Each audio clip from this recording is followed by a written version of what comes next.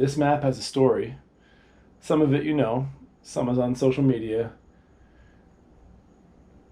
It was drawn with one eye, and I will never forget that.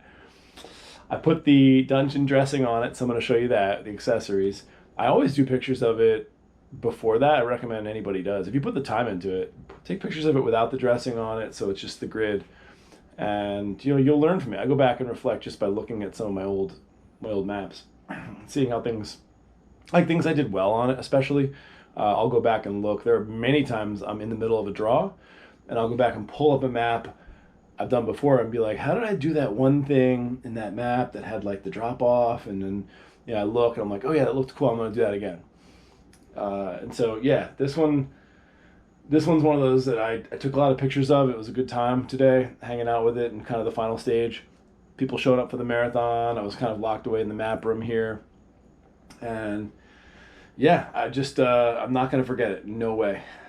Doing this thing with one eye was like maddening at times. And if it wasn't for the process being just enjoyable as a whole anyway, I would have never made it through this thing, because I'll say that it got a little grindy near the end. My Crayola markers were acting up a little bit, and they were being a little inconsistent. That's never a good quality. You want to be able to open another marker of the same type and have it perform exactly the same way. And if that's not happening, don't lean on that company.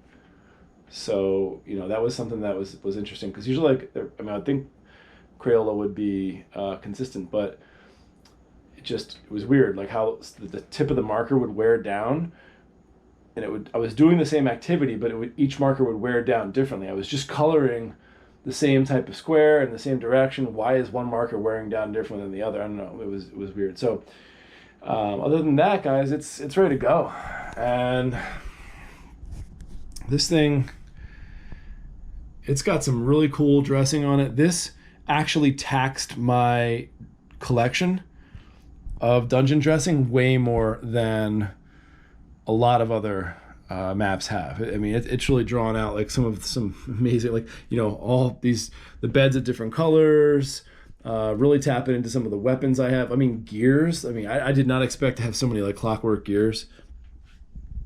Once again, the weapons, my little well piece, I haven't used that, and geez, can't even remember the last time I used that. Some of my web tokens, torture equipment, the worm. The worm is courtesy of Black Bard Studios. That's a really cool piece. It's unique, so pretty special for this map. And yeah, this thing really just, I like these. It really just took a lot of pieces. Like, boats are hard to come by, especially little ones. I shouldn't say like larger boats. No, little ones like this are hard to come by, where they're actually able to fit onto a map. And those are a little big. The map itself had boats that were like, I don't know if they were even realistically sized, but those work. They get the point. The players will figure it out. This is actually a really cool little set here with the papers and the books, and there's actually writing on those. That's pretty awesome. I had a good time with this whole like laboratory area. That was kind of fun. The living quarters of Volok and his apprentice. This was just, it was a good time. The rubble here was fun. I like putting that down. I was going to draw that at first. I was like, you know what? Actually, I have some cool stuff I'd rather use. I just don't get a chance to use rubble that's 4x4 that often. Or I should say 2x2, but 4 squares that often. Yeah, so a lot of fun. The fireplace I don't normally get to use as a forge. Pretty cool.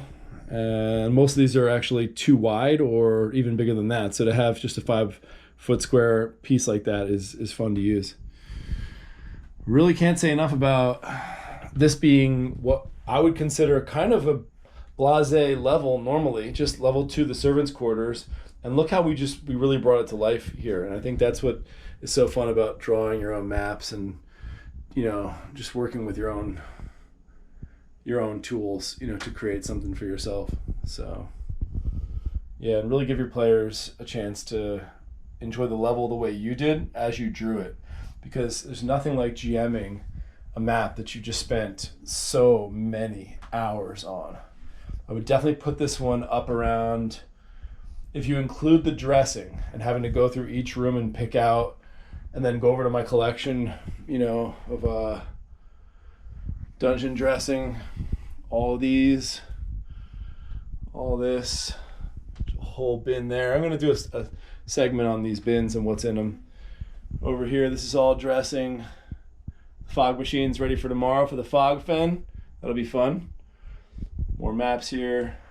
But yeah, it really taxed the collection. If you include the dressing, I would say this map was somewhere around 20 to 22 hours, which is not necessary. You do not have to be, like, remember when I was saying we should call it? That was back, you know, you could easily have called this thing without doing all this other stuff I did to it back around the 8-hour mark. So, you know, it is a big level. It should take 8. It should take 8 hours. But yeah, this was really a lot of fun. Had a good time with it. And imagine how well you're going to know the level when you've spent this much time in it.